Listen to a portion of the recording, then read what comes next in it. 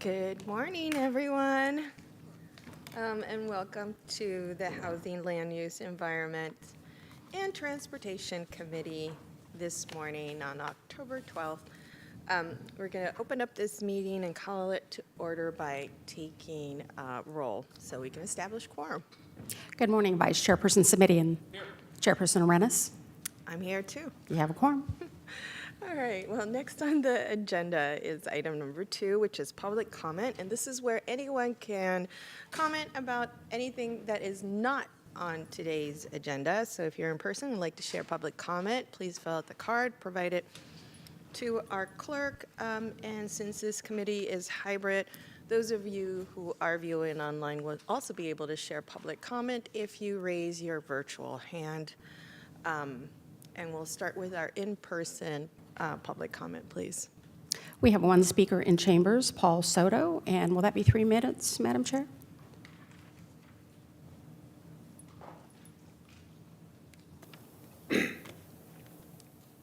Good morning, Paul Soto from the Horseshoe.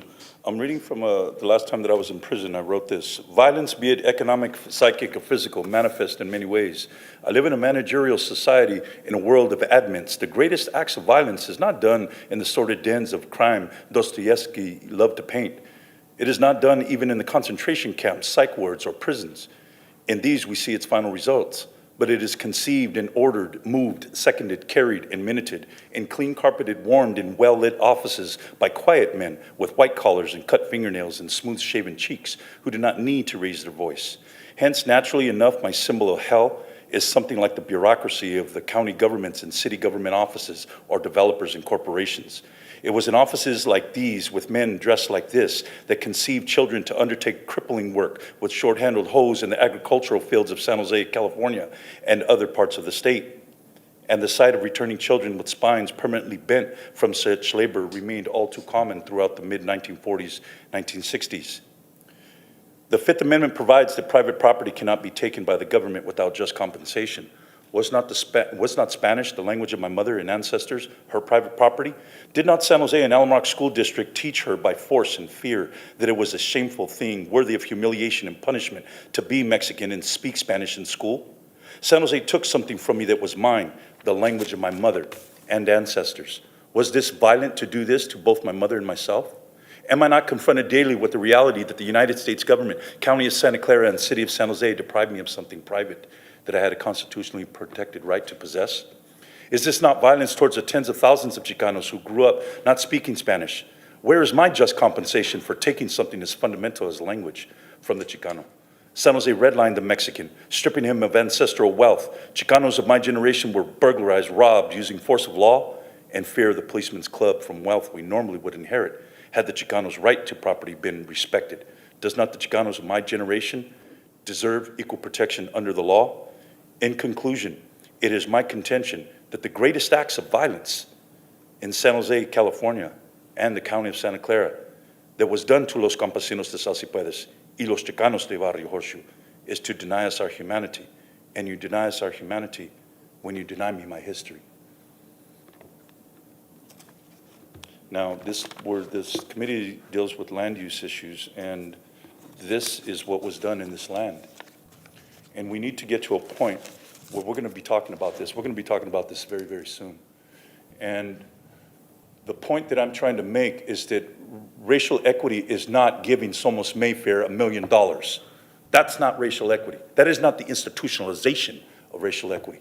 But we'll get there. Together, we're going to get there. Thank you. That concludes public comment. Thank you, and thank you for a very truthful and reflective comment,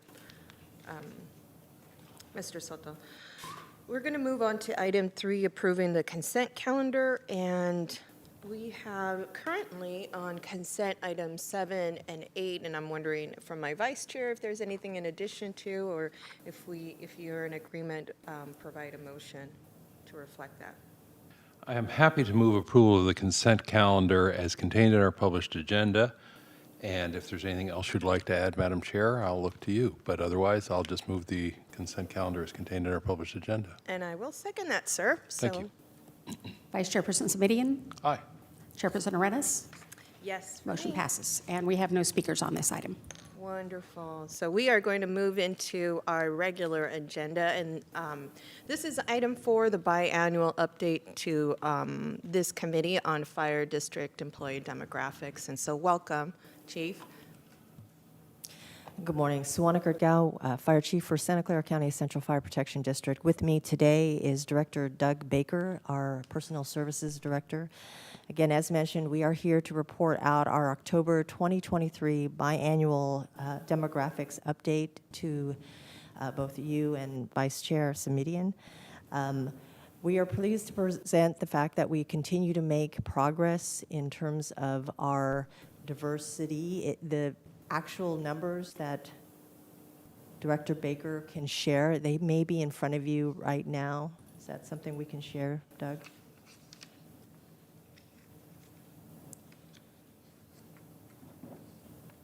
I'll just continue speaking. There you go. One of the big accomplishments that the organization has had recently is to be able to get our staffing numbers up. The COVID pandemic definitely put a lot of public agencies behind the curve in terms of the requirements, the necessary requirements for social distancing. But we have aggressively, through the Personal Services Division, hired both in the safety ranks as well as the civilian ranks. We're seeing diverse candidates in all areas that are coming through the organization. Although the numbers don't necessarily, you might see a downward trend in some of those rows, what we're seeing overall is less attrition, so it's harder to make, if you will, numbers go up when we're seeing less attrition, but we do anticipate at some point in time in the next 2 to 3 years more attrition just naturally through retirements in the organization. And so we have in planning for that, we are aggressively doing outreach with firefighter recruitment videos, additional spotlight videos for firefighters. We're posting them on social media, and all of our videos that we recently have put out have approximately 232,000 views. So we are definitely out there, both on the social media side as well as out in the community with firefighter recruitment outreach for local colleges. That's set for October 15th. Another one, CalJack in Sacramento, set up for October 21st, as well as a virtual firefighter recruitment info session that we did last night. So with that said, I'll take a pause here and ready for any questions, comments from the chair or vice chair. Thank you. I appreciate that. I'm going to look to my vice chair. Thank you, Madam Chair. Chief, I know you know, but just for those who are not familiar with the history, this item is on our agenda for routine report backs because we were singled out or identified, along with 1 or 2 other departments, probably a more accurate way to put it, by the civil grand jury for the lack of gender diversity in the department. And Chief, I think you've heard me say I expressed some frustration and concern about that because this was an issue that I had raised in the Palo Alto department some 25 years ago when I was a council member. And I saw relatively good results in relatively short order back in the day in that department. And I was disappointed to see that Palo Alto was singled out again in the civil grand jury report, or called out since there were a couple, for having essentially slid backward in terms of those efforts. I was also, more to the point, troubled by the fact that our own department was called out. The item, Madam Chair, I should tell you, was on a board consent calendar, and I requested that it come off the consent calendar so that we could have some conversation about it at the board meeting. What's it been, a couple of years now? And asked for these report backs. Chief, I think all I will say is I understand that in a relatively small department over a relatively short period of time, given the absence of attrition, there's a limit to how much progress we're going to see this period of time. That being said, I'm obviously concerned about the fact that, as you point out, when I look at the total employees and look at the numbers in terms of gender distribution, certainly not progress. Same when I look at the number of percentage of female A staff members at the bottom of the chart. And for all intents and purposes, a virtually identical number in terms of the fire suppression personnel, less than 0.5% differential there. So I'm going to say please stay on it. And again, Madam Chair, one of the reasons this item is before this committee is because it was a way for our board to ensure that we continued to express our concern about these gender equity issues in the context of our Central Fire Organization. And with that, I have no other comments, and if you'd like a motion to receive the report, I'm ready to do that at any time. Perfect, thank you so much. To the chair, we do have one speaker on this item. Oh, so sorry. I wasn't sure where the voice was coming from. Thank you so much. Peggy, I didn't check in with you about public comments, so it sounds like we have somebody in person. Is there anybody online? We have no virtual speakers, and we have one speaker in chambers, Paul Soto. Perfect. Go ahead, Mr. Soto. Thank you. Paul Soto from the Horseshoe. Thank you for highlighting that and being honest in your candor, Supervisor Simidian, about bringing this off of consent. It had no business there, so I appreciate that. It's very explicit what is in this report. Also, I take exception at being classified, that there's human beings classified as non-Caucasian, as if Caucasian is like the standard by which all others are measured. I mean, why the county is comfortable with that, I don't know. Makes it kind of scary, though. This is scary. Why people are very comfortable not say, hey, no, let us start respecting human beings. What do they call themselves? And let us do that. If a homosexual man comes in here and says, my name is Sue, everybody will bend over backwards to, hey, Paul now calls himself Sue, and that is just because it is self-determination, and that is a very foundational concept of the Chicano movement. We call ourselves who we are, and you follow suit. It's very simple. But in these reports, you're classifying a human being as non-Caucasian as if Caucasian is the standard. We're racist in our own application of our policies because the language is perverted. It has no business there. So language change and amending language to be more accurately assessed and not have Caucasian as the measure, I would like that corrected. Secondly is the racial makeup. It wasn't just gender that was outlined there. Women comprise of 50% of the population, but yet they only reflected as 23% of the personnel. And I think we've got some changes to make there as well. Thank you. Thank you. And for the vote, if I could, Vice Chairperson Simidian? Motion is to receive the reports as Yes. suggested or the recommended action. And I thought you had made that before, and... No, Vice Chair- he actually hadn't done the motion, and I haven't done my comments. And I so- apologize, I thought I No, offered no the motion. worries, Peggy.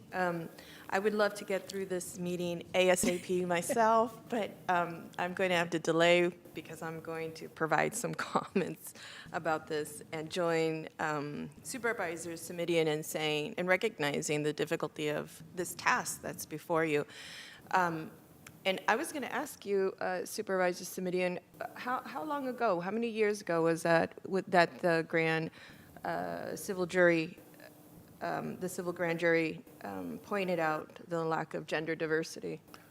I think it was 2 or 3 years ago now. I'm looking to the chief, who I see is nodding. I apologize, Madam Chair, I can't remember exactly when it was, but I think it was about that period of time. Mm-hmm. Thank you. It is really difficult to ask one agency to solve the issue that is obviously very systemic for many agencies across this county and across the state. We recognize that there's a lack of EMS, EMTs. There's a pipeline that needs to really be focused on and created. But you're in the business of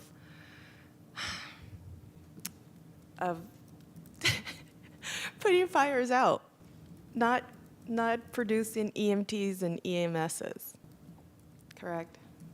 So it is impossible for me to think that you would be able to produce anything different than any other agency would with the efforts that you have.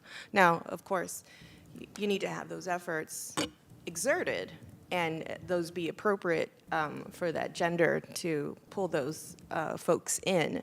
And I see the effort, but I think Supervisor Simidian said, one step forward, two steps back, because there's a level of attrition that doesn't allow you to show that progress.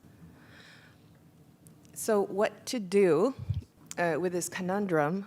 We're going to continue to ask you to give us some updates, and we're going to maybe ask you to bend backwards and, contort yourself into something that you're not. And so I'm conflicted with this because I think that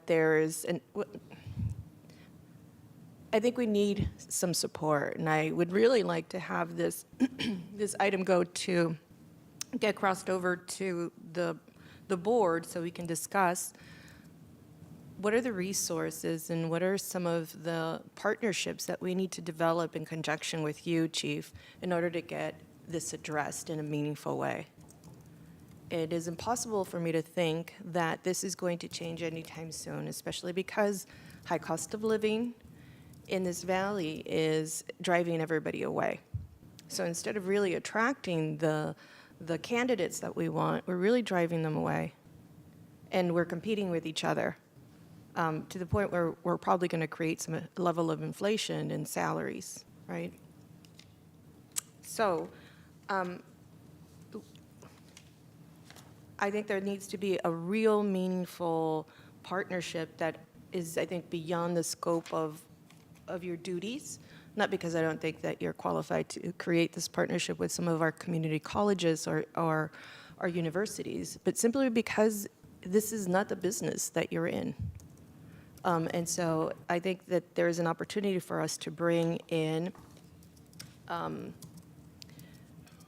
our employee services agency or our county exec's office to really create a plan that would be more appropriate for the challenge that we have ahead of us. And so I would like to, and I know that we haven't really discussed this, but I was listening to Supervisor Simidian, and when I read through what had happened with some of the attrition and some of the progress, and I thought, well, this is kind of an impossible task that we're asking the chief to accomplish. And so it would be wonderful if, one, we could create some partnership with ecologists in a meaningful way beyond just having a conversation with them. And then, two, I think that we need to also have a plan to diversify for gender that is, that goes beyond just your department. And there's a potential here, and I'm just thinking out loud, but there's a potential with our EMS RFP that's going out. And so I see that as an opportunity for us to actually join forces with a greater effort that's happening countywide. Now, that's just an idea. Whether that's something that could work or not is for the whole board to decide, but I'd like to figure out whether this is something that could actually happen, and I'd love to talk with you offline, Chief, and get your thoughts about this. But I think it's time for us to elevate this to the board and ask for meaningful resources to really create some progress if we want progress. Otherwise, I think we're going to continue to hear this report. We're going to be happy one month because somebody came on board, and then we're going to be real sad because 2 people left.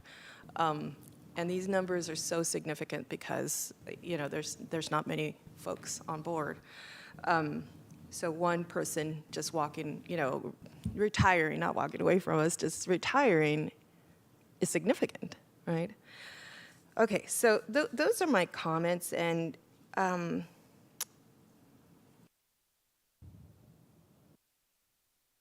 Supervisor submitting, I think that I will just ask you if you could cross-reference this to our board, and any recommendations that I have, I'll write a memo and have a conversation with you, Chief, so that we can develop something that's thoughtful and that could potentially work. So I would love to have you add that to your motion. Madam Chair, the cross-reference would mean what in this context, just so I can be clear for the Oh, clerk? it just means put it in front of the board so that we can. I'm sorry, do what? Put it in front of the board, schedule it in one of our meetings so we can discuss as the board. Then what I'd like to do is move the staff recommendation, which is to receive the report, with the additional direction that the item be agendized for our entire board at some time prior to the end of this year, if that suits your That sounds thinking. great. Great. Wonderful. And I'll second that. And I'll look to Peggy. Vice Chairperson Simitian. Aye. Chairperson Arenas. Yes. Motion passes. Thank you. Thank you so much, Chief.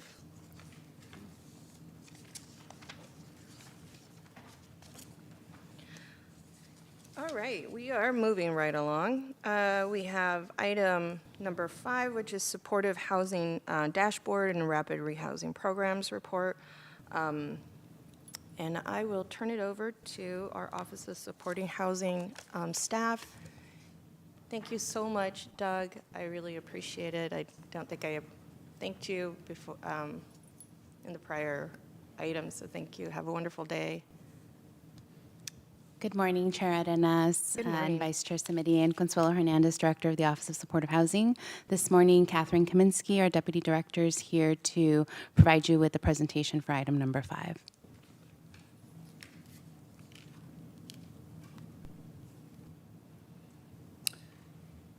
Good morning. Thank you for the opportunity to share some highlights about our supportive housing system.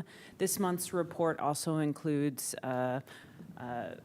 outcomes and a report on our rapid rehousing programs.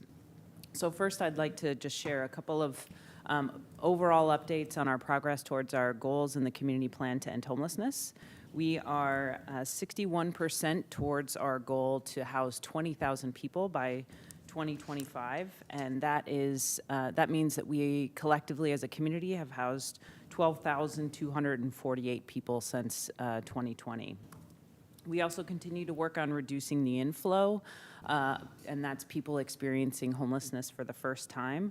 We have made progress towards that goal to reduce the inflow by 30%. Currently, inflow over the last year was a little over 4,100. We also typically like to share the housing placements and inflow comparison. Here, if you'll recall, we're looking to, over time, reduce inflow and increase placements until we get to a place where that green bar on this chart is outpacing the inflow. I just want to highlight this month we housed 240 households in our supportive housing system. 113 of those households were in permanent supportive housing. That is due to leasing up several PSH developments that were made possible by 2016 Measure A housing bond. So you can see in those months where we're able to expand capacity, we do see narrowing of that gap between inflow and housing placements. Next, I'm going to share a little bit about our rapid rehousing outcomes. And as a reminder, our rapid rehousing programs, these are time-limited housing subsidies paired with supportive services. Those supportive services include case management, things like connections to benefits and healthcare, as well as employment services. The goal of rapid rehousing is to help unhoused households become housed, stabilize, and eventually take over the rent for which the subsidy was providing some assistance. The capacity of our current capacity of our rapid rehousing system is about 1,540 units annually. Although last year we actually enrolled over 2,000 households. Of those, almost 1,500 were housed. This chart also breaks down the capacity in terms of the types of households that are served. You'll see families are the largest population in our rapid rehousing programs, and that's due to us, the capacity of family programs is larger than any of the other types of programs. In measuring success of our rapid rehousing programs, we look at a few things. First, we look at after the subsidy ends and folks are exited from the program, are those exit destinations, are they exiting into a permanent housing placement? In other words, are they staying housed in their housing placement? We overall as a system, after they have moved in and exited, as a system, we're at 87% are permanently housed at the point that they end their subsidy with the program. The permanent housing exits are the highest for reentry, veterans, families, and youth and young adults. We also look at income. One of the goals of rapid rehousing is to help people increase non-employment and employment income so that they're better able to sustain rent on their own after the subsidy ends. And so we provide the income level at the most recent update. You can see for some, the highest number of people are in the 1,000 to 2,000 monthly income. So we continually work with those programs to increase that, knowing that that is not keeping up with rental costs in our community. We also provided in this report a look at the characteristics in terms of the disabilities for the various populations that are served in our rapid rehousing program. Overall, about 30% have chronic health or mental health issues, about 15% substance use, and this demonstrates why not only is this a subsidy program, but also a program that provides wraparound supportive services, connecting people with treatment, connecting people with healthcare providers, ensuring that they are able to address those issues that they're experiencing. The disabling conditions are a bit lower than we see in permanent supportive housing, but we make sure that the same types of supportive services are available to those families and individuals that are in rapid rehousing. You can also see varying levels of disabling conditions or self-reported disabilities by population type, with single adults and veterans experiencing the highest levels of chronic health concerns as well as the highest levels of mental health issues. The last couple of slides are just a demographic snapshot of folks served in rapid rehousing programs. About half of our programs are serving single adults and half, 44% households with children. And then the remaining are households with more than one adult but no minors. 48% of the households served have a female head of household, whereas 51% have a male head of household. Lastly, we will provide a snapshot of the households served in terms of race and ethnicity. About 49% identify as Hispanic or Latinx. And I'll just note that the demographics here generally reflect the population of people experiencing homelessness, where that overrepresentation of populations such as American Indian, Alaska Native, and Indigenous, as well as Black, African American or African, and Latino and Hispanic, those are all also overrepresented in the homeless population. And so we're looking to make sure that our programs are serving the populations that are experiencing homelessness. And with that, I'm available to take any questions. Thank you. Thank you. And I don't see the light from my vice chair, so I'm going to begin with some questions unless my vice chair indicates that he has any. One of the things that, if we can go back to the slides, please. I had a question about it. This is where the graphic that shows the health issues.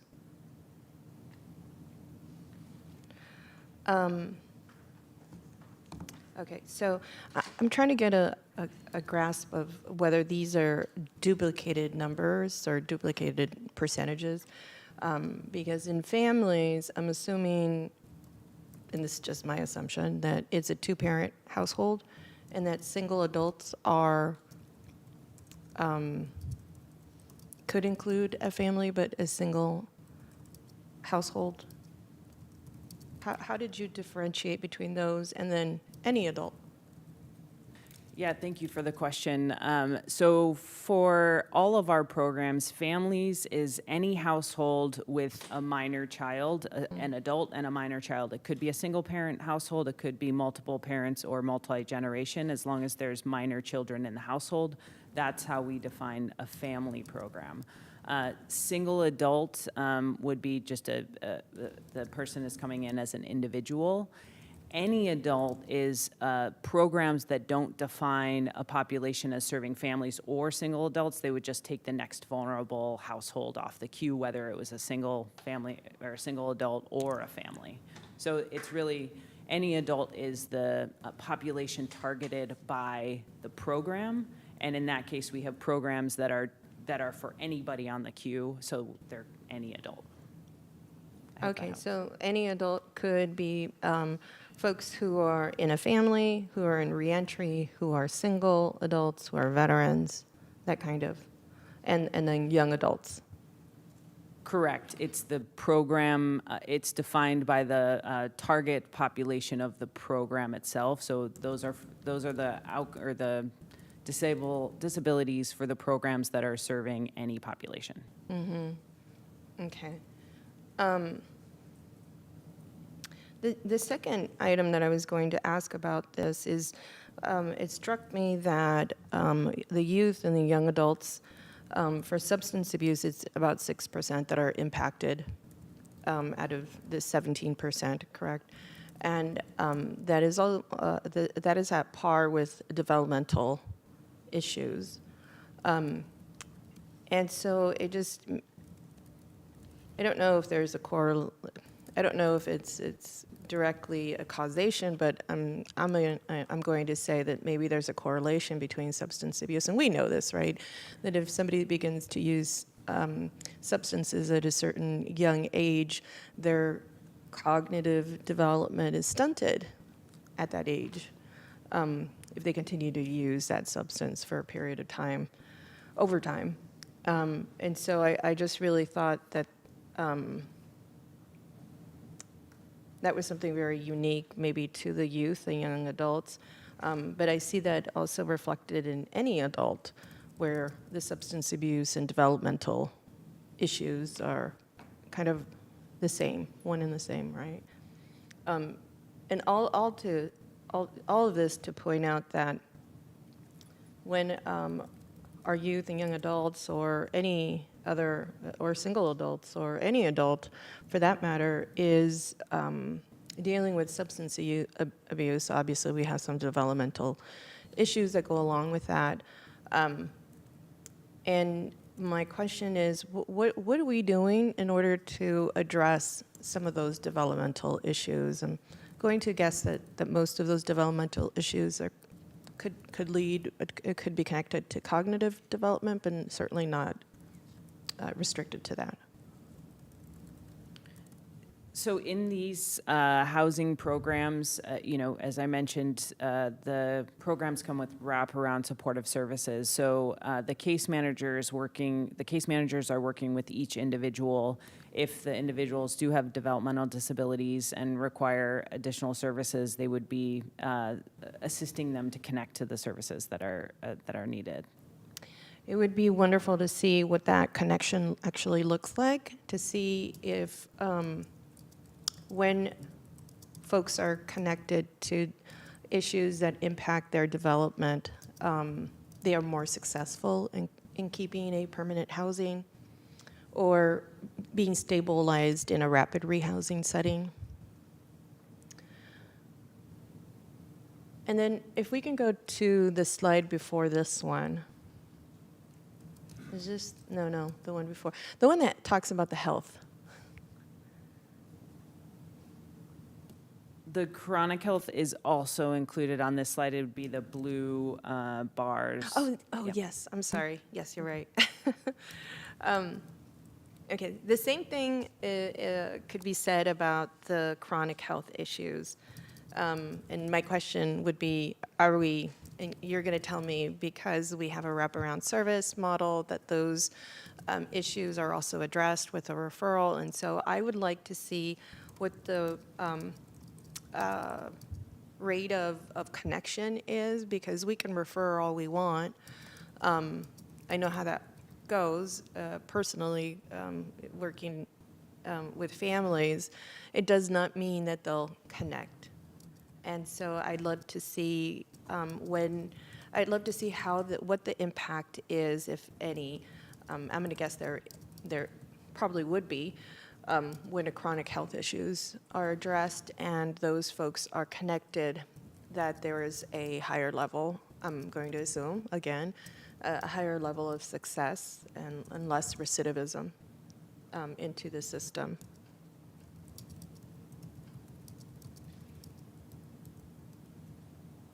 My next question is going to be about these services and the partnerships that are formed with either CalAIM and Valley Health programs. I'm going to assume, once again, that you're going to tell me that the wraparound services folks are connected. But I'm going to ask you, see, I'm having this whole conversation on my own. What the heck? It is that kind of Thursday.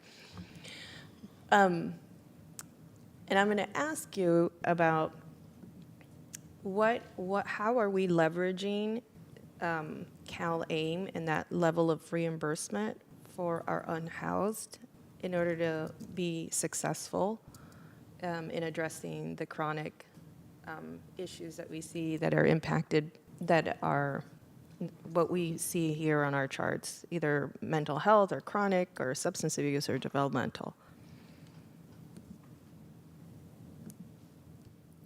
Thank you for the question, Chairperson. So how we are leveraging CalAIM, first of all, one of the tasks of the case managers is to make sure people do have a primary health care provider and have health insurance. So that's one of the things we can report back on, are the levels of connection to health insurance coverage, including how many are covered by Medi-Cal. We also, in our office, have been leveraging CalAIM community supports, meaning housing navigation and housing tenancy services through our client engagement team for permanent supportive housing. Tell me, how would that look like? Could you repeat the question? Sorry. You said that you are leveraging CalAIM to do housing navigation, and what was the second part of that? Housing navigation and housing tenancy. How that works is we are able to connect the services that our client engagement team is providing in terms of locating individuals, connecting them with housing, and getting them ready for housing, providing security deposits. Those kinds of things are now eligible under the CalAIM reforms, and we are leveraging those resources to support that client engagement team and the work that they're doing through our permanent supportive housing program. That's wonderful. Great.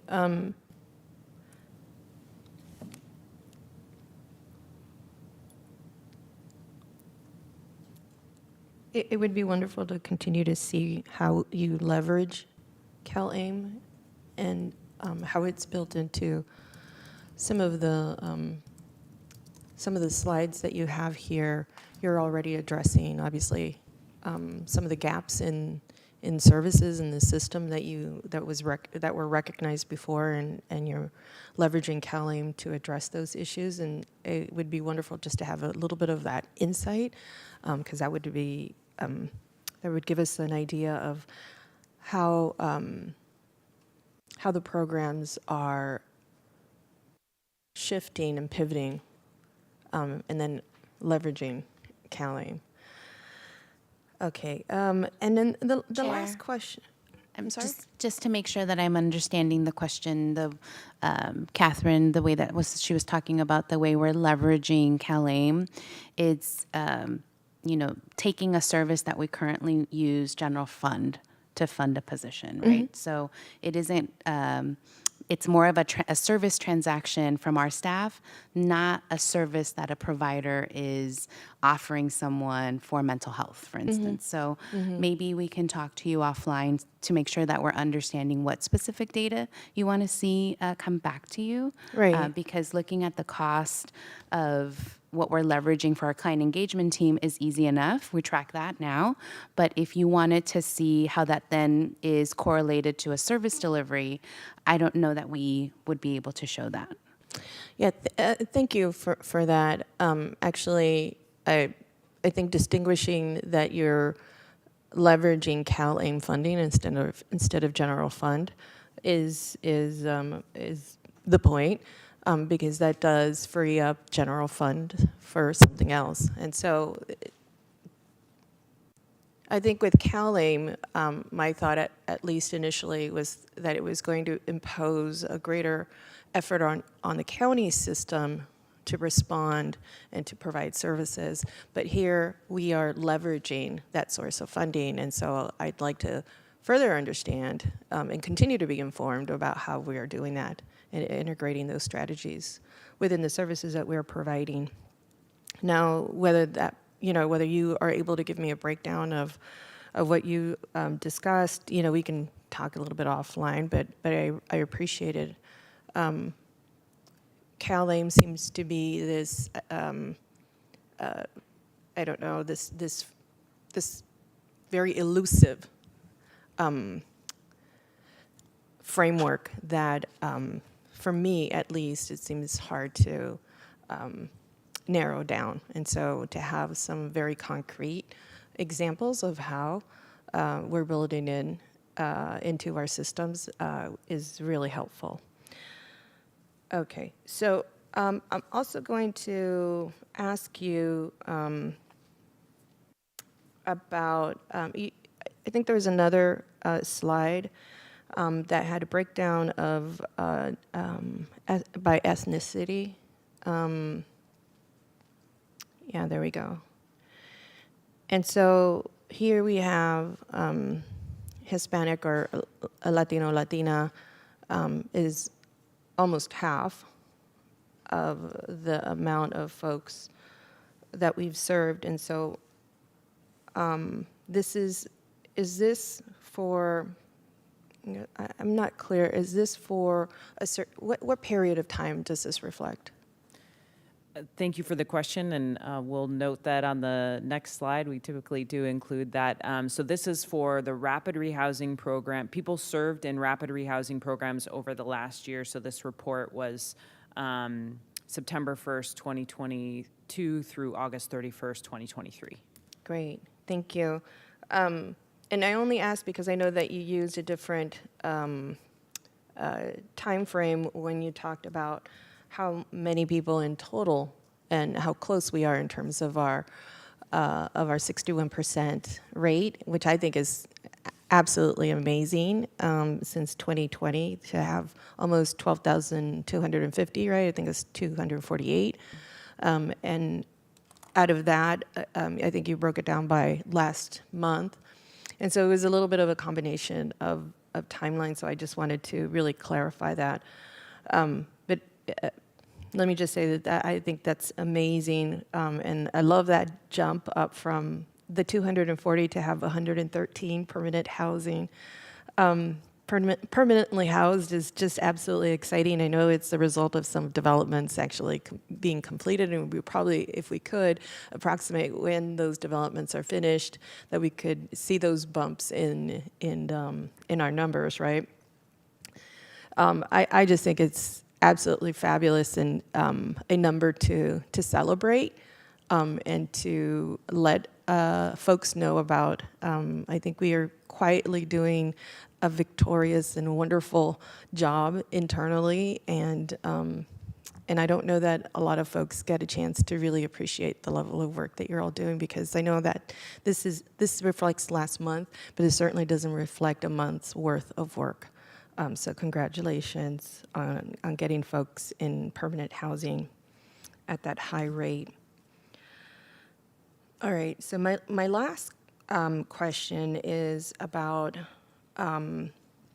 since we know that the greatest number of folks impacted are Hispanic or Latino, Latina, I'm wondering how are we, and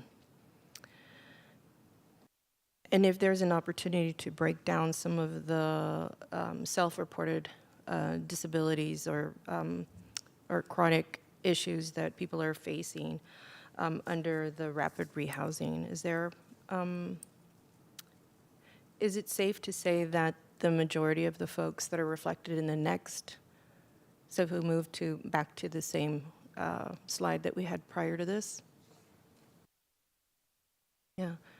So is it safe to say that the majority, or 49% of these folks in any of these categories, are Latinos?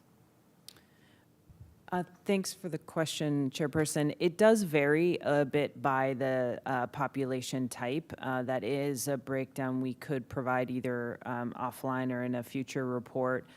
For instance, the family demographics do tend to be higher levels of Latino, Latina, whereas veterans are typically higher levels of white, non-Hispanic, Latinx.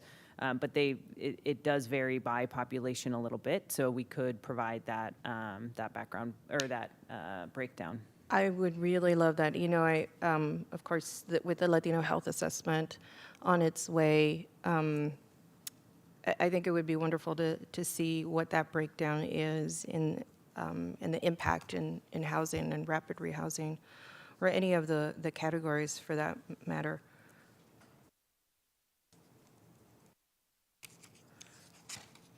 So those are my comments.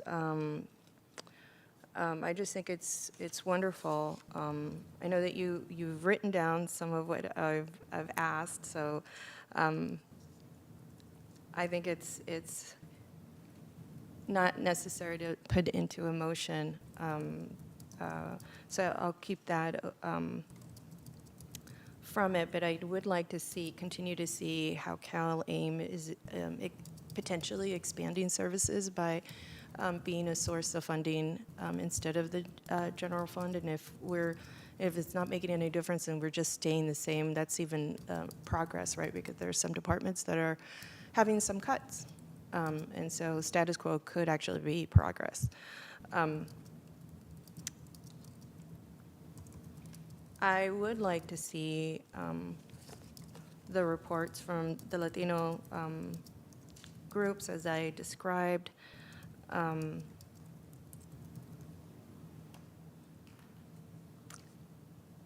I think the last thing would be, and we can talk about this at a future meeting, but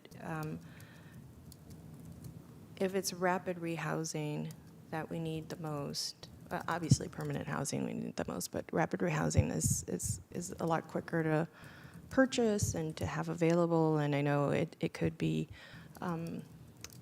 really valuable for some subset of populations, such as folks who are in gender-based violence situations. How are we going to expand that for our population? As we know that during the pandemic, the World Health Organization recognized the higher number of risk that is posed to young women and girls related to violence. And this is not exclusive to our valley or our Bay Area or even our country. This is worldwide. And we know that there was a higher level of violence happening within households worldwide. So we know that there is some repercussions because of that. And as a system, I want us to recognize that and to also be responsive to that. Because we know that the number of gender-based violence is growing, the reports are growing, and the severity of the abuses are much greater. So we know that one of the factors that keeps some of the survivors in their households is economics, right? And obviously the greatest expense is a home. So what are we doing as a system to recognize that trend and to be responsive to it and not wait after, because you know how important it is when somebody is leaving that there is something available for them. Thank you, Catherine. So I'm going to see if we can get a motion from my vice chair. Madam Chair, I'm happy to move the recommended action, which is simply to receive the reports. I inferred from your comments that you did not feel the need to provide direction given the interaction, but I want to make sure that's correct. Yeah, that's correct. I saw a lot of head nodding. Let me just check in with you, Catherine. Yeah, I think what I heard is we can include in future reports some of those breakdowns that you requested and continue to report on leveraging CalAIM.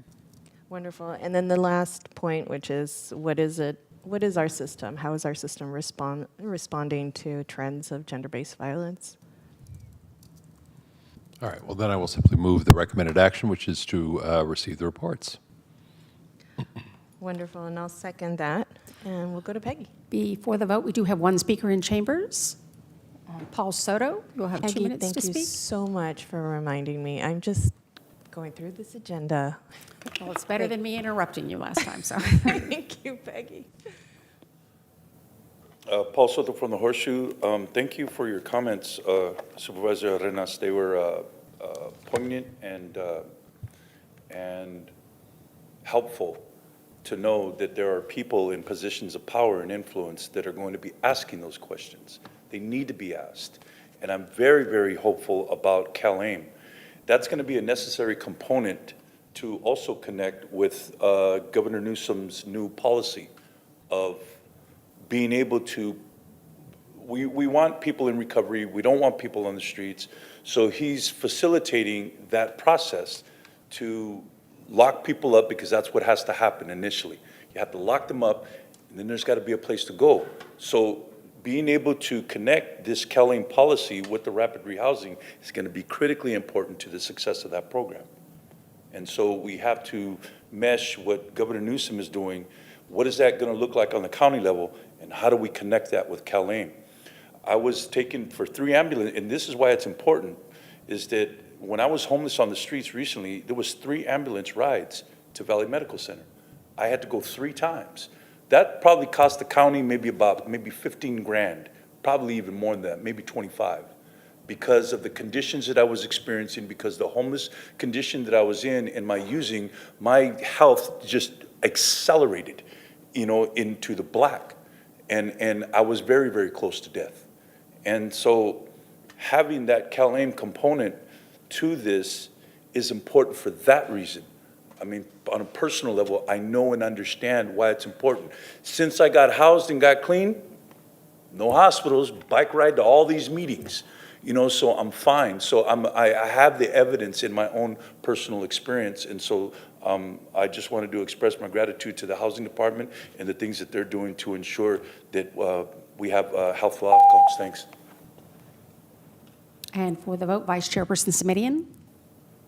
Aye. Chairperson Arenas? Yes. Motion passes. Wonderful. Thank you so much.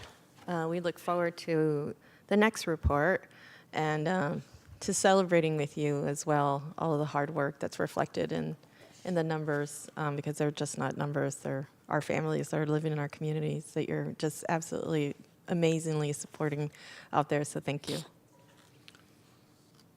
All right, so we are going to lastly go to verbal reports. So we're going to go down the dais, have folks introduce themselves, and then give us a quick verbal report. We'll start with Jacqueline Anciano with the Department of Planning and Development. Thank you, Jacqueline Anciano, Director of Planning and Development. Just a quick update. I mentioned at the last HULIT that we are stabilizing our workforce, and we are still diligently working to recruit for significant positions that we have vacant. We're also working to bring forward the Stanford Community Plan, the housing element, to the board on October 17th. And so we're working diligently as a team making that happen. We're also working on Stevens Creek Quarry and Lehigh. We have an application, Sargent Ranch Quarry Development, that we are working with the applicant to move that forward as well. And we're working on code enforcement. Our code enforcement team is coming together. And so we are excited about new staff members that have joined our team relative to code enforcement. That is wonderful. Thank you. One quick question, if I may, through the chair. What, Vice Chair? I'm kidding. Yes. One quick question. Thoughts about the timeline for the Sargent Ranch Eurostack application?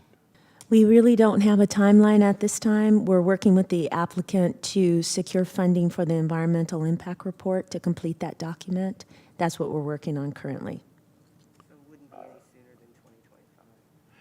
I'm hearing a voice from above whispering in my ear to the left that it wouldn't be any sooner than 2025. And that stereophonic sound, I guess, is what I should probably call it, it anticipates what the reason for my question, which is I'm trying to anticipate the workload in my own office and what we should be focusing on. It sounds to me like the item will not, in fact, be before our Board of Supervisors during my tenure or the tenure of Supervisor Chavez, since we both term out in December of 2024. Is that That is accurate. okay? Now I know.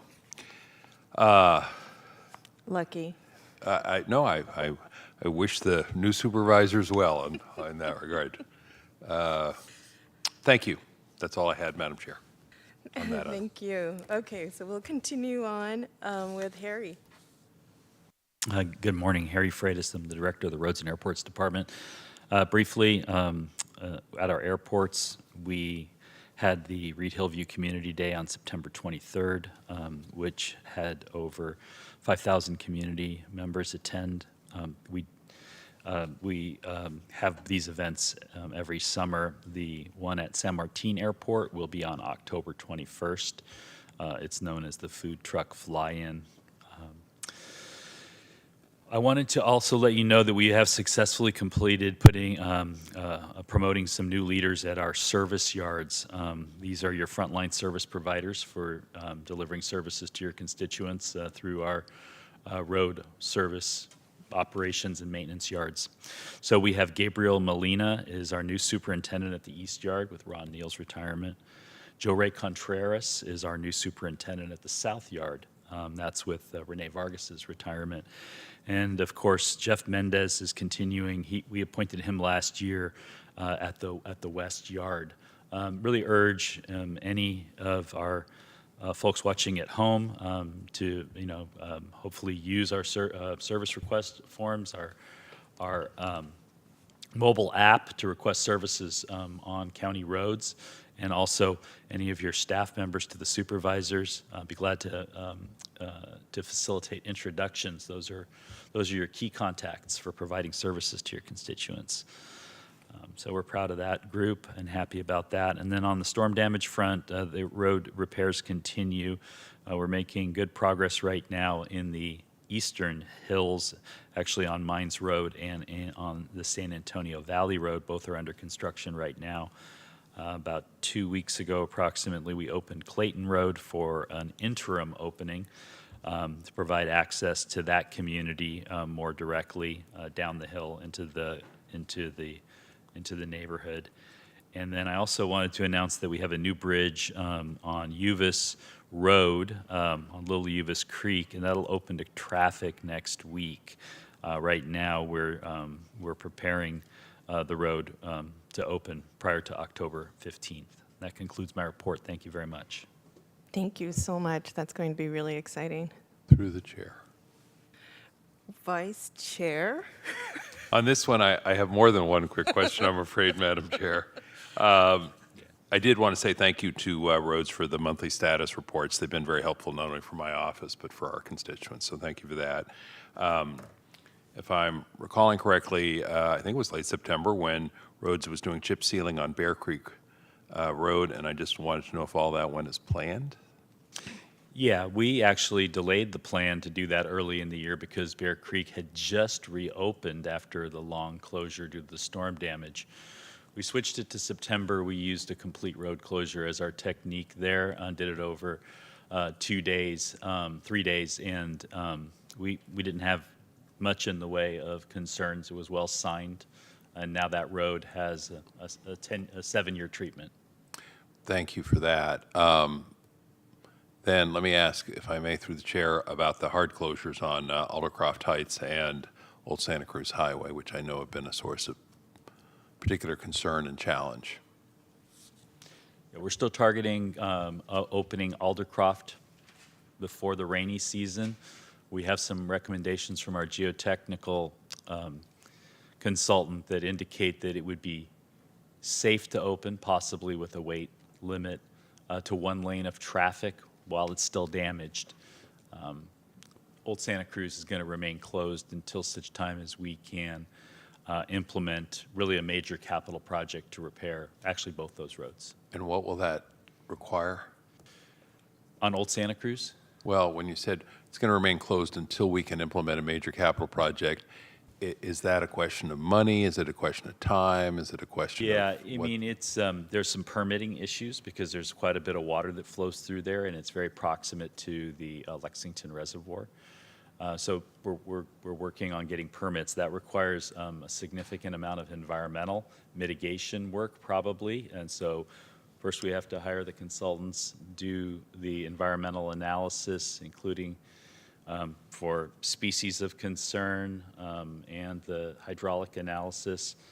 Then hopefully we'll receive permits. We do that in conjunction with the design work that's going on because that'll be... Who's the responsible agency for permitting? We receive 3 permits for that type of work. One would be from Fish and Wildlife. One would be from the Army Corps of Engineers, and the other would be from the Regional Water Quality Control Board. All 3. We have 3 agencies permitting us for that repair. That suggests to me it could take a while. I don't think it'll take, well, I guess a while is relative. Anything our board or our Do that committee, next. this committee could do to help expedite? Yeah, I mean, it's a combination of we're going to have to get through the winter. We're going to have to flow water through that damaged site. So water's going to flow through that site, so we're winterizing it. With the Aldercroft Heights opening, if you study the traffic patterns there, that should take a lot of pressure off that detour. The way that Santa Cruz Highway works is it's a reliever for 17. The actual people that live there have pretty good access. Well, let me first just say, with respect to the Santa Cruz Highway, I'll just put it on the record. I hope all parties understand there's a sense of urgency about moving this process along. I'm not asking that anyone short circuit their due diligence. I'm just suggesting that sometimes things sit on a desk for a week in every organization. that could be moved in a day if somebody said, oh, I need to get to that. So this is an area where I think there should be some urgency. To your point about Aldercroft Heights, now I'll tease back a little bit. A while is a vague term, but I think you indicated that on Aldercroft Heights, you're hoping to get that work completed before rainy season. It's October. When does rainy season start, Mr. Freitas? Well, I mean, there's kind of two definitions. There's a definition of October 15th, which is employed by resource agencies to indicate that work shouldn't be occurring in a creek, but the principal rain in the Santa Clara Valley really doesn't start occurring until December. December. So the hope and expectation is that Aldercroft Heights will be resolved sometime October, November, December? Yeah, but again, that'll be a fix on the road as damaged. So that road is going to require a significant investment in capital dollars. I'm anticipating many millions. Okay. Yeah. Do you have the funding you need for those two projects? I don't have a solid cost estimate for the Aldercroft Heights because I don't have the design yet and gone through the design selection process. You know, these are reimbursable.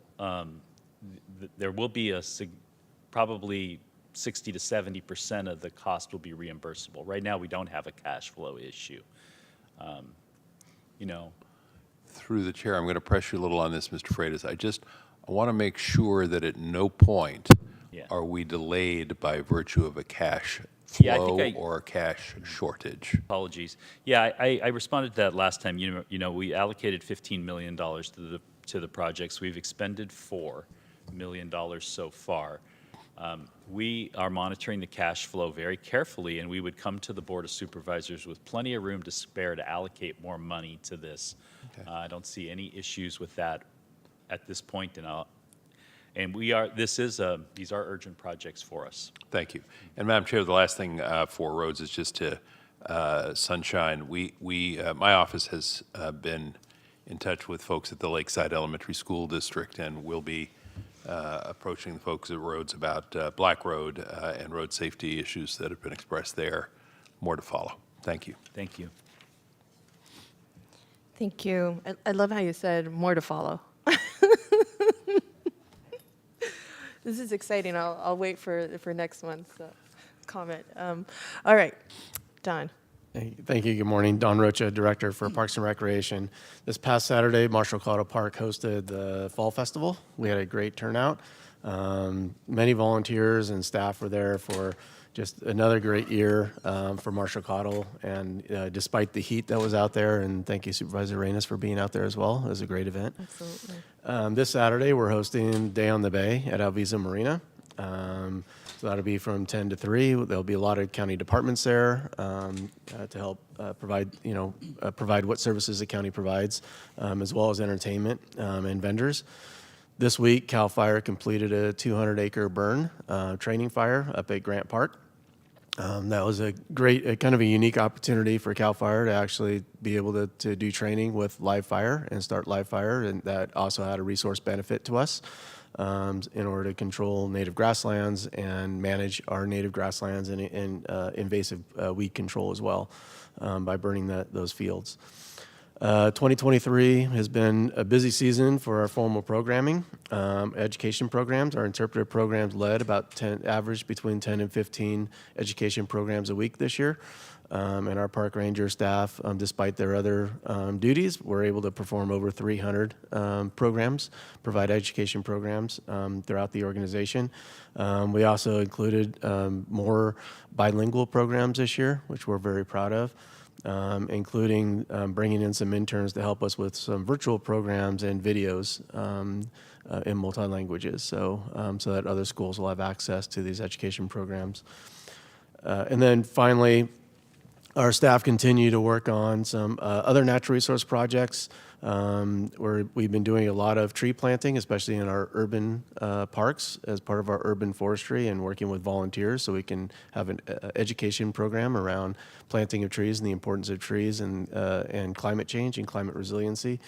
And then staff are also working on, we're caring for over 100 milkweed plants as part of a region-wide effort to establish monarch butterfly habitat and improve monarch butterfly habitat throughout the county. So What our kind of staff are being trees were caring those for again? those plants. What kind of trees were those again? It's a milkweed plant. Milkweed Yeah. plant. Oh, Yep. oh, interesting. And that's the end of my report. Thank you. I actually, there's a group down in South County that is interested in connecting to the outdoors and to nature and bringing in youth, and it's a monolingual group. So I'd love to talk with you offline about that. Absolutely. I love that you have 300 already done. I'm sure that in South County that there probably isn't a significant amount because a lot of the county parks are in my district. Yes, absolutely. Several of them, right? Yes. All right. All right, let's move on. Good morning, Madam Chair, Vice Chairman Smithian, Edgar and Lasker, Agency Director for SEPA. Start with VCD. Hopefully, we have our last adult mosquito treatment for this calendar year. We're at 15. It is scheduled to be treatment tomorrow in the North City of San Jose. All individuals have been notified, and hopefully this is our last one. The vector control team has treated 73,000 catch basins to prevent mosquitoes breeding season this year.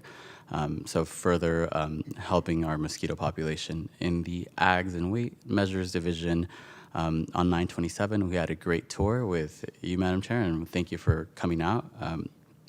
It was very intriguing. It was really good for all of us, and we also did a tour of our animal services shelter. Our 2023 crop report is out for public viewing. Thank you to the Office of Communications Public Affairs for helping us with the graphics and the news release. If you guys haven't seen it, it is beautiful, and it is up on our website in the Ag Division as part of SEPA. The Ag Division continues to put a lot of effort into Oriental fruit fly quarantine, and they're doing the weekly requirements and the inspections as part of their quarantine efforts to make sure that this doesn't get out of control. I'm happy to report AB 1304 passed. That is really good for SEPA and the Weights and Measures Division. It could potentially increase some of our funding for SEPA, and we estimate up to $500,000 once this is placed into law. It will come into law January 1st of 2024. We have some homework to do on our side to bring back to the board and update some things, but there is really good news on our side to potential new revenues, and thank our Ag Commissioner, Joe Davini, on his advocacy efforts as part of the association pushing legislation forward for this. In the Watershed Recycling Waste Reduction Division, happy to report that Watershed Protection has continued a renewal contract under Cal Recycle to continue EcoHero to provide whole school, in-person, virtual classroom presentations for education from K through 6 for students in the unincorporated South County to teach them all about recycling and the environment. In the Integrated Waste Division, there is the fall extra garbage drop-off events that is happening in this month, in the month of November. Notifications are going to go out to customers 30 days in advance, providing them with information on where to go if they have extra materials such as mattresses, furniture, and appliances that they want to get rid of, and the unincorporated. In the Animal Services Division, animal intake continues to be up from last year. We have an additional 330 animals, which is higher than where we were at last year. And there's many factors to that, but we're continuing working on that. And as I reported last time, we are thankful to have our 2 veterinarian positions filled. So thank you to Dr. Vong and Dr. Kramer. Our capacity to provide community cat clinics, spay and neuter, has dramatically increased. And in the fiscal division, they have completed our vector control audit for this year. And that is all I have to report. Thank you. That is it? Yes. I'm absolutely kidding. That was very thorough. Thank you for the tour that you provided us last month. And if you could send my office the the integrated waste event for the unincorporated areas. I'd love to send that off to our folks. And then if you could also just share with me, it doesn't have to be now, but it could be in the email that you sent, the Cal Recycling education that is happening in South County, and what schools are directed on what has been already offered. And if there's anything I can do to help facilitate anything, that would be wonderful. Will do. Thank you, Madam Chair. Thank you. All right. Hi, Consuelo. Good morning again, Consuelo Hernandez, Director of the Office of Supportive Housing. We wanted to share 2 current lease-ups. As Catherine mentioned during her presentation of the data that in August we saw an uptick in the number of people housed because we were leasing up a few properties.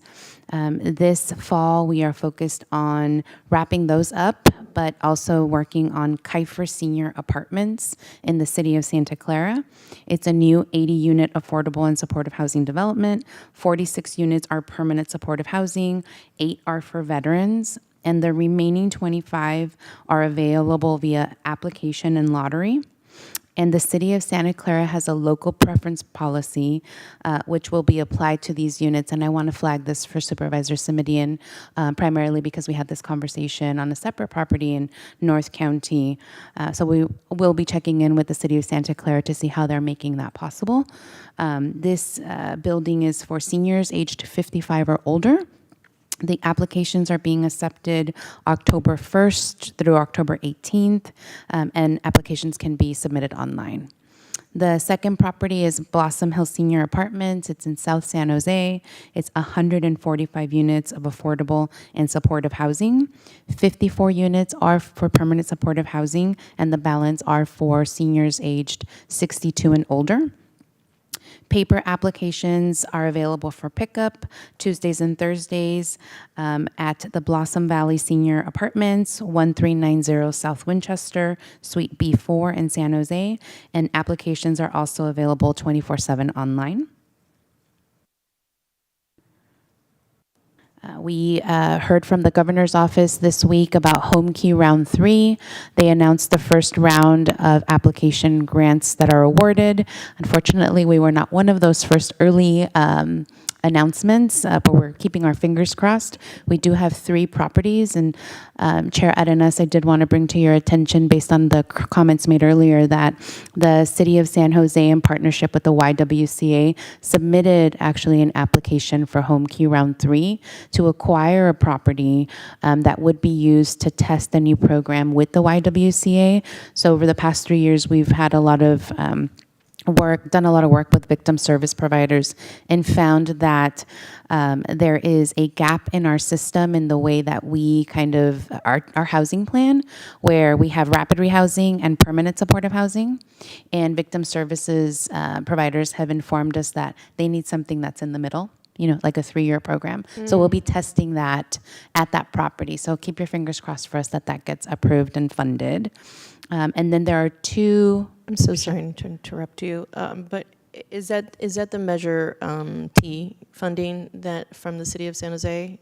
No, this is a Home Key Round 3 application. I don't know if they're matching the funds with Measure E dollars, but because we were not part of the application, we are providing support in the way of, you know, how to make the program work and how to leverage. For instance, the county has a number of contracts with the YWCA, and we're very interested in helping them figure it out. So that's kind of our role, more as system leads, not so much as a co-applicant for the application. Great, thank you, and thank you for correcting me on that measure.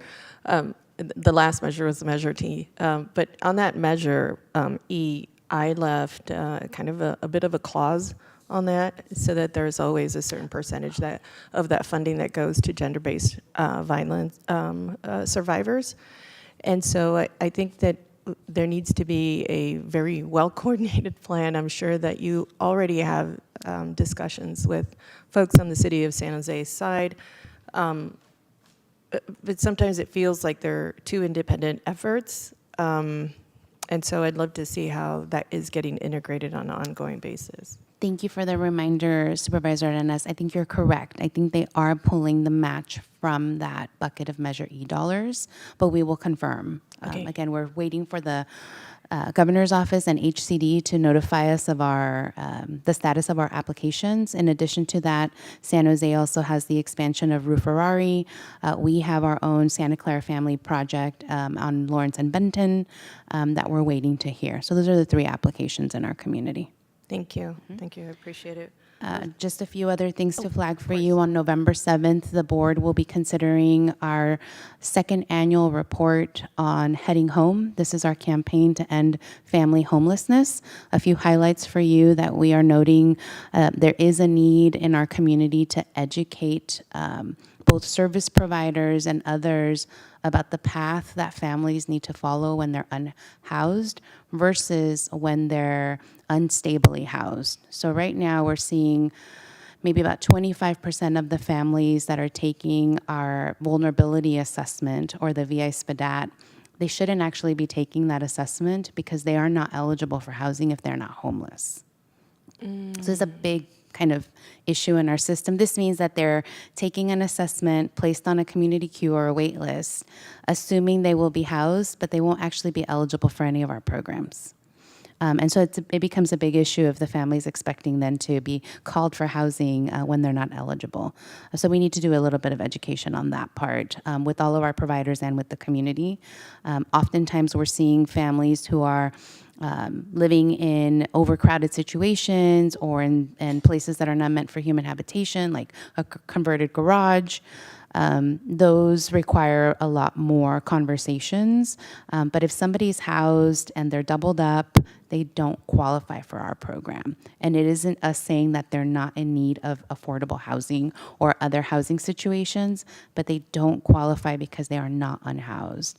And so it's managing those expectations with families. We also are noting that we don't have resources. Consuelo, Sure.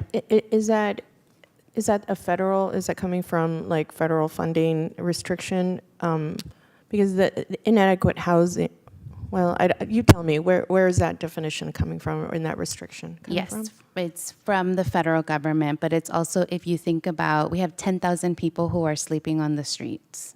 Who is more vulnerable? Somebody who's out, a mother with a child who's sleeping in her vehicle versus somebody who is sharing a house with their grandparents and their parents, and there's 10 people in a 2-bedroom unit. Who is more vulnerable to be housed when we have limited resources?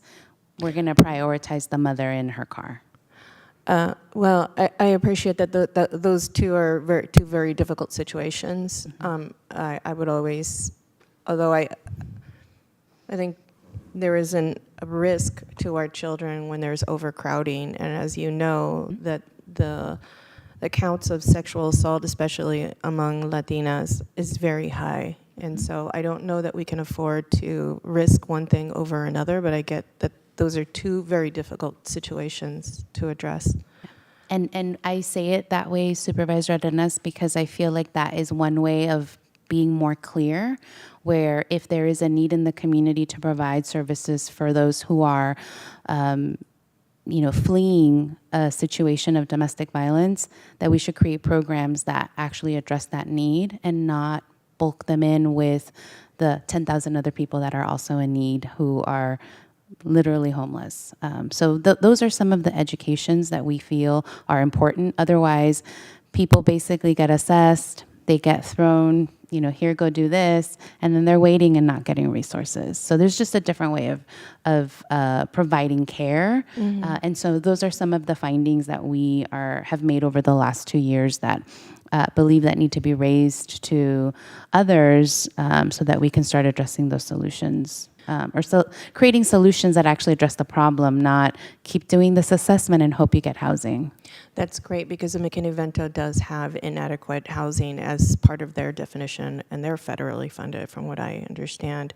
So I guess there's a difference in terms of the funding streams and what is acceptable, but it makes me really nervous to think that there's not enough that our high schoolers or our junior high kids or our elementary school age kids that are in inadequate housing situations are not being considered homeless or vulnerable enough to jump ahead in line, which it has its own consequences. But I'm hoping that we can meet offline and discuss this a little bit more. I appreciate it. Yes, so those are some of the highlights from the Heading Home. And then last is that on Tuesday, October 17th, the board will consider a request from the Office of Supportive Housing to expand our client engagement team. As you heard earlier, we are leveraging CalAIM. One of the primary barriers for somebody who's unhoused to be connected to enrollment into a program, an application for a rental subsidy, or an application for an apartment is that they don't have the necessary documents. And so this team, that's basically all they do all day, is we are helping about 1,000 people right now, helping them with their documents. If they need to be driven to the DMV to get their identification, to their social security card, anything that you can imagine, the things that we take for granted that are needed for an application for an apartment, our team is making that work happen. Otherwise, it would become a huge barrier. So if we didn't have that, the number of days it would take somebody to collect all that information, I think before it was like over 190 days. And Catherine will correct me if I'm wrong, but I think we're down to about 60, a little bit less than 60 days to collect all those documents. So that will be coming to the board on Tuesday. Thank you. Thank you. Thank you so much, Consuelo. All right. Ooh, Vice Chair, no questions? Okay. Well, folks, that sums us. To the chair, we do have one speaker on this item. So sorry. Yes, this is, thank you. I appreciate.